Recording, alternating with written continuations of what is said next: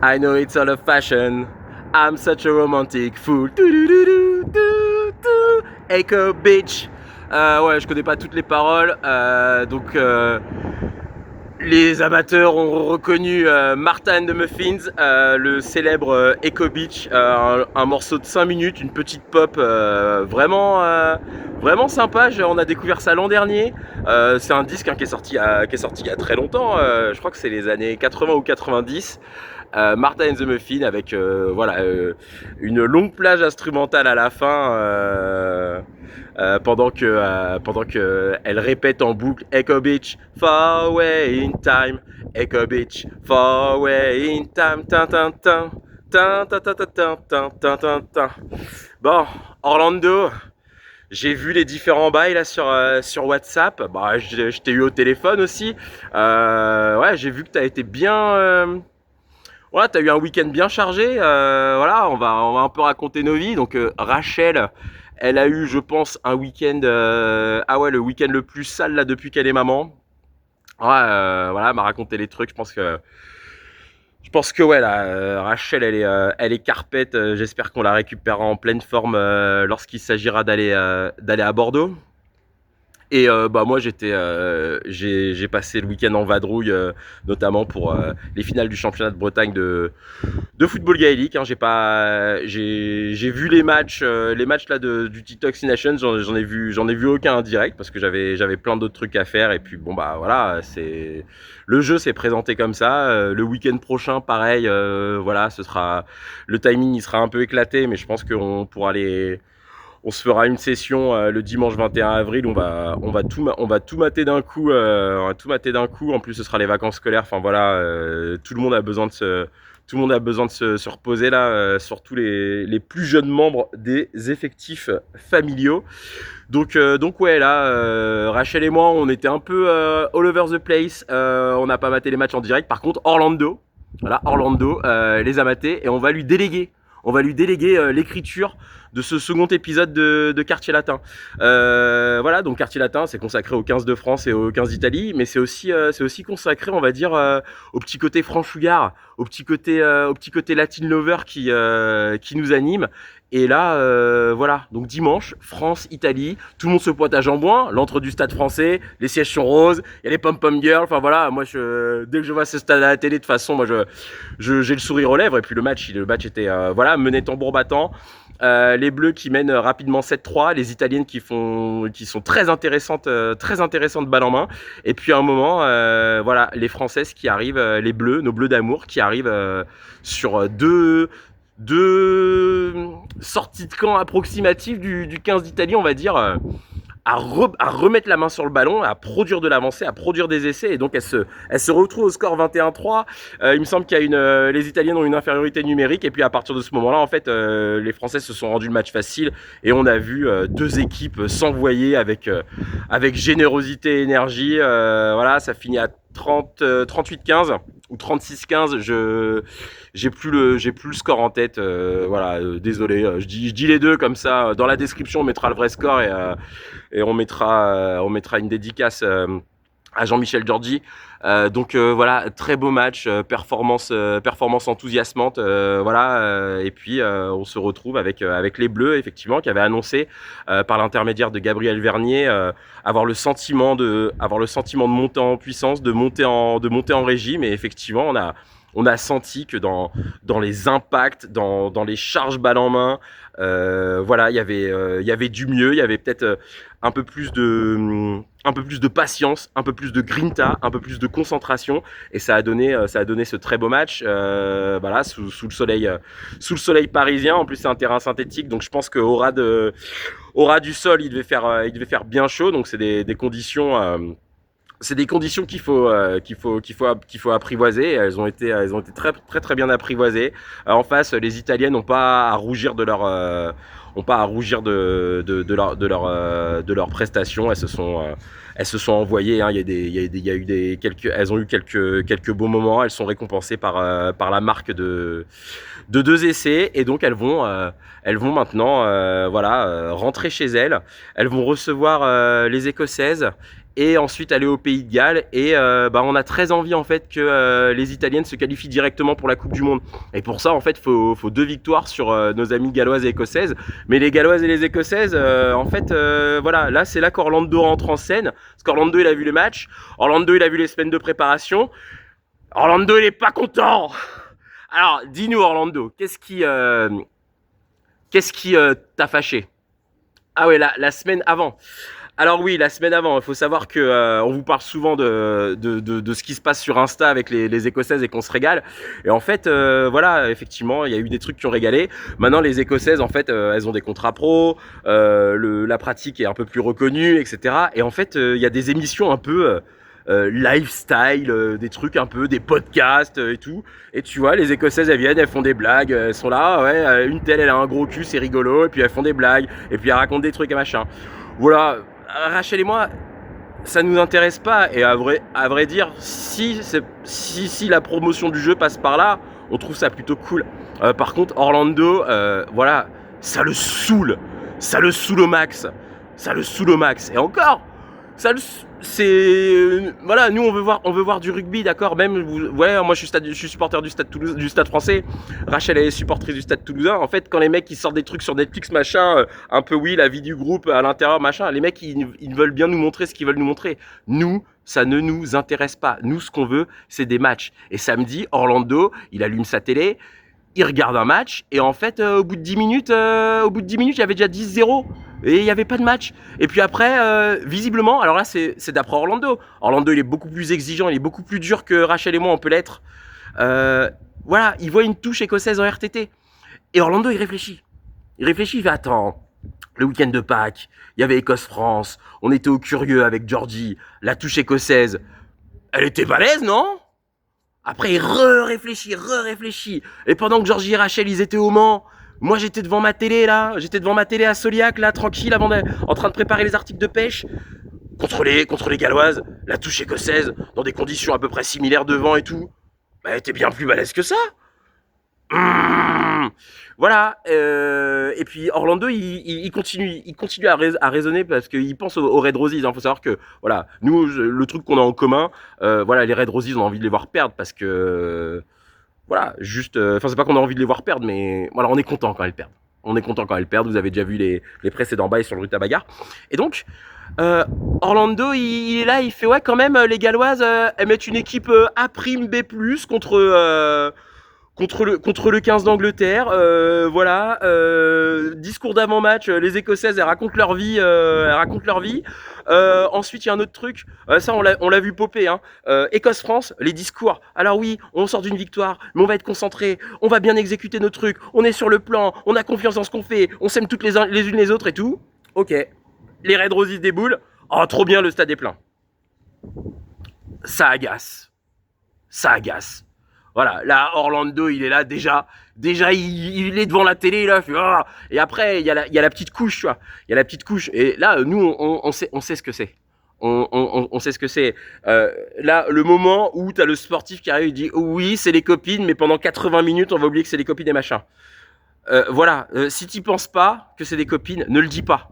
Et juste rentre sur le terrain, dégomme-les ou fais-toi dégommer, et voilà. Et donc là, tous ces petits trucs, voilà, Orlando, ça le fait câbler. Ça le fait câbler, et voilà. Et les Anglaises, elles se prennent une infériorité numérique, elles finissent la rencontre à 14, une demi-heure à 14, et bah, elles gagnent 46-0, 8 essais à rien. Et voilà. Et à la fin du match, t'as le manager écossais, et là, il fait bon, bah. Ouais, bah lundi, la vidéo, elle va piquer. C'est comme si on s'était pas pointé sur la pelouse. We didn't turn up today. Donc, ouais, là, voilà. Ça nous fait un Orlando tout froissé. Ça nous fait une vidéo un peu vénère. Parce qu'on voit ce que les Britanniques envoient à la gueule de l'équipe de France. Et on voit que, bah, je sais pas, peut-être il y a une. Voilà, c'est plus compliqué d'envoyer ça à la tronche des Red Roses. Alors peut-être que c'est dû au fait que bah oui, tu joues dans le même championnat, j'en sais rien. Mais voilà, c'est un truc, ce facteur de oui, c'est des copines en face, il faut se défoncer. Voilà, on aimerait bien. On aimerait bien que ce truc-là se fasse déchirer, machin. On sait que c'est dur, hein. Voilà, hein, nous, nos championnats, les championnats qu'on joue dans nos compètes du dimanche, voilà, c'est que des copains en face. Mais en fait, voilà, toute la semaine d'entraînement, elle est faite pour être performant le samedi à 14h30. Et puis après, à partir de 15h45, c'est des bisous, des câlins, des oh t'as bien joué, oh tu m'as mis ci, tu m'as mis ça. Mais voilà, et ça, voilà. Orlando, il aimerait en voir beaucoup, beaucoup plus. Et ouais, et donc en comparaison avec ce que des équipes comme l'Australie ou le Canada peuvent balancer à la face des Red Roses, quand on voit les Galloises qui se pointent, voilà la feuille de match, on laisse les cadres rentrer en cours de match et tout, ouais, c'est un peu agaçant. C'est un peu agaçant et voilà, et ça donne ces trucs où les Red Roses, même pour les Red Roses, ça doit être agaçant parce qu'en fait, les Red Roses, elles ont une Coupe du Monde à préparer, et bah, ce serait bien qu'elles soient testées, poussées dans leur retranchement. Et bon, bah, visiblement, pour ça, va falloir compter sur le 15 de France, sur le 15 d'Irlande aussi, on espère, hein, 15 d'Irlande qui a marché sur le 15 de Galles. Alors là, pareil, là, Orlando, si tu veux, là, ça l'a pas agacé, ça l'a fait rire parce qu'il était là, oh, oh là là, Georgie, là, il m'a vu. Il m'a vu en train de découper des poireaux pour préparer des tartes aux poireaux à mes enfants. Parce que là, les Galloises, 3 matchs, 3 défaites. Le karma implacable. Hein. Tu vois, tu sors de 3 grosses défaites en première division mondiale, tu te pointes et tu dis oui, mais nous, on a choisi d'aller en première division mondiale. C'est mieux, ça a plus de flow que de gagner des matchs en deuxième et troisième division mondiale. Bah, c'est con, hein. Les championnes de deuxième et troisième division mondiale, elles viennent te battre dans le tournoi à destination, quoi. Ah, ça la fout mal. Hein. Donc ouais, donc là, les Galloises, enfin le staff gallois surtout, bah voilà, plutôt que de sortir les bras alors que juste t'as rentré tête baissée, que t'as des cadres, d'accord, des joueuses, des joueuses, ouais, des cadres, des leaders, d'accord, Elinor Snozil, Siwan Lillicrap, Sioned Harris, t'as Abby Fleming et Gwen Crabb qui sont incroyables en deuxième ligne, et là où le bas a blessé contre les Irlandaises qui sont blessées, t'as Kerry Thomas, pareil, qui a pris sa retraite à l'issue du dernier tournoi des destinations. Elle était rentrée en jeu contre les Italiennes et elles avaient fait une haie d'honneur parce que voilà, elle a passé, elle a tout vu, tout connu, tout vécu avec le maillot du Poireau sur le dos. Et bah là, quand t'es dans un cas comme ça, voilà, tu reconstruis. Et quand tu reconstruis, tu commences pas à montrer les bras, machin et tout. Et là, voilà, beaucoup de bombage de torse et voilà, et un match, une prestation, alors peut-être pas fantomatique, mais problématique contre le 15 d'Irlande. Donc voilà, donc Orlando, il arrive et il vient et il me dit bah sur quartier latin là, je vais tempérer là un peu avec les petites, voilà avec le côté Rachel et Georgie, tu vois, qui sont un peu des bisounours parce que les Galloises et les Écossaises, on les aime beaucoup et on les aime toujours. Et c'est parce qu'on les aime que quand on les voit comme ça, voilà, qu'on devient un peu un peu foufou. Et donc je disais ouais, même pour les Red Roses, hein, voilà, si elles veulent gagner la Coupe du Monde, voilà, hein, les Australiennes, les Canadiennes, les Néo-Z, elles mettront l'équipe A, d'accord, et elles auront le couteau entre les dents. Elles seront, elles, il y aura pas de question. Elles partagent pas les mêmes championnats de toute façon.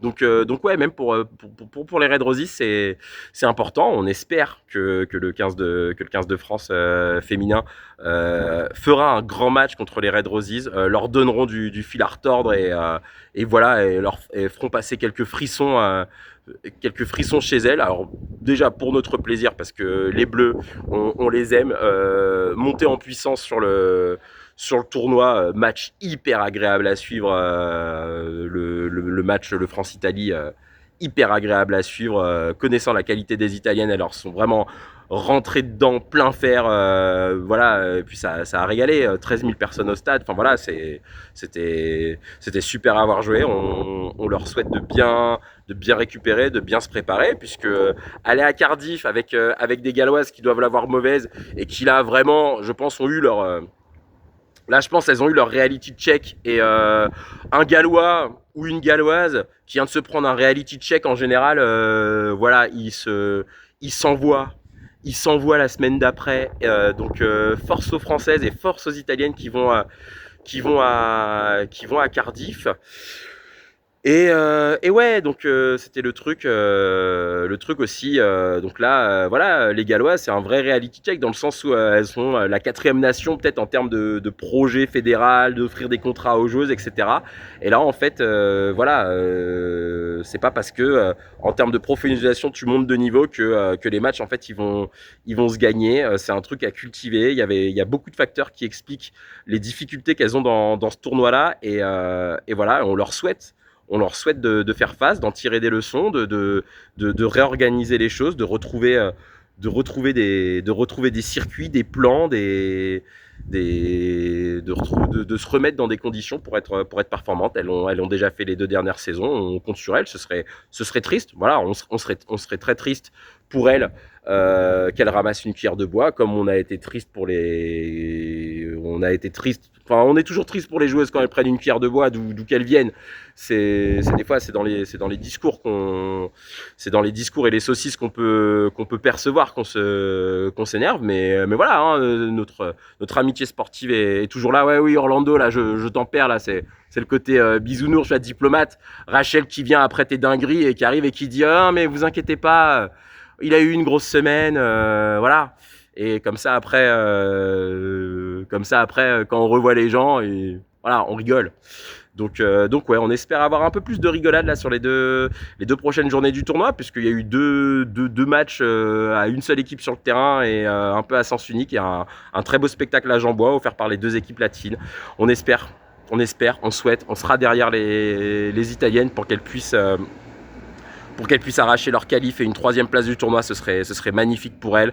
Elles s'envoient sans compter. Voilà, c'est toujours la meilleure équipe c'est toujours la meilleure équipe qui est alignée. C'est toujours un jeu très très généreux. Voilà, il y a de la proposition technique, il y a des courses balles en main, il y a des séquences elles sont capables de séquences collectives assez dingues. Hein, souvent des essais où quasiment toute l'équipe touche le ballon. Enfin voilà, voilà, les Italiennes, on les aime, et on leur souhaite de concrétiser un tournoi qui pour l'instant a été traversé par elle avec beaucoup de générosité malgré l'adversité. Hein. Elles commencent en recevant les Red Roses, elles vont en Irlande, repos, boum, tu prends la montée en puissance du 15 de France dans la FIF. Donc on leur souhaite de bien récupérer, de se préparer, d'avoir l'énergie, le courage, la chance, la lucidité d'arracher de très belles victoires, et on l'espère pour elles un spot de qualification pour la Coupe du Monde 2025 qui aura lieu l'été prochain en Angleterre. Quant à nous, on se retrouvera très certainement. Là, on est à la moitié des formats puisqu'on a fait 2 épisodes de Quartier Latin, 3 épisodes de 36-15 Home Nation. On va un peu réfléchir au planning, mais je pense qu'on se verra la veille des matchs, soit le jeudi soir, soit le vendredi, pour faire une petite preview, très certainement en mode quartier latin, preview de Galles-Italie, preview de Galles-France, preview de et preview d'Italie-Écosse, pardon. Donc ouais, on fera une preview de Galles-France et d'Italie-Écosse, regarder un peu les différentes compositions, redescendre un peu de notre cheval de colère par rapport aux Galloises et aux Écossaises, puisqu'on imagine très bien qu'elles s'enverront qu'elles s'enverront comme des avions contre les équipes du quartier latin. Et après, il y aura sûrement un format spécial sur Angleterre-Italie, où on fera sur Angleterre-Irlande, pardon, on fera un vrai focus sur les Red Roses avant de décoller à Bordeaux pour le dernier match du tournoi, le France-Angleterre, où personnellement nous serons présents. Et donc ouais, je pense voilà, les 2 épisodes ça va se goupiller comme ça. Donc rendez-vous jeudi ou vendredi, preview d'Italie-Écosse et de Galles-France. Et puis ensuite, dans le courant de la semaine suivante, en plus ce sera la première semaine un peu plus légère par rapport au boulot, où on pourra vraiment se poser et discuter des 4 premières rencontres des Red Roses, et faire comment dire, voilà, raconter un peu ce que les Red Roses font depuis 8 mois. Voilà, elles nous impressionnent, on les respecte, on les craint. Si on regarde les choses un peu comme Andy Murray, vous savez, Andy Murray, c'est un tennisman, on lui dit, oh, t'es le premier à gagner 2 médailles olympiques. Et Andy Murray, il regarde le journaliste dans les yeux, il fait, non, non, Serena et Venus Williams l'ont fait en fait. Et voilà. Donc, c'est-à-dire si on regarde les choses de façon inclusive, mixte, mettez le mot que vous voulez, bah en fait, l'équipe qui a le plus de succès au monde, en dehors du 12 novembre 2022, bah, c'est les Red Roses en fait. Puisque là, dans leur compétition, voilà, elles survolent la compétition depuis 2000, voilà, 2019, 2020, 2021, 2022, 2023. Voilà, elles en sont à 5 victoires dans 6 nations consécutives, des victoires significatives contre tout le monde. Enfin voilà, c'est l'équipe la sélection nationale qui a le plus de succès en rugby. Donc elles méritent bien qu'on leur consacre un long format et qu'on rende un peu, voilà, qu'on rende compte un peu des joueuses qu'elles ont dans toutes les lignes, des différents clubs, tout ça. Enfin voilà, tout comme on essaiera de faire un format pour papoter un peu du projet italien, parce que les joueuses italiennes, il y en a qui sont dans le championnat anglais, il y en a qui sont dans le championnat français, et puis il y a la Serie A féminile qui prend son essor, très intéressant. Donc on va prendre le temps de poser les choses, mais c'est vrai après les semaines et les week-ends qu'on a passés, voilà, Orlando il avait besoin de balancer des cartouches. T'as très bien fait Orlando, voilà, parce que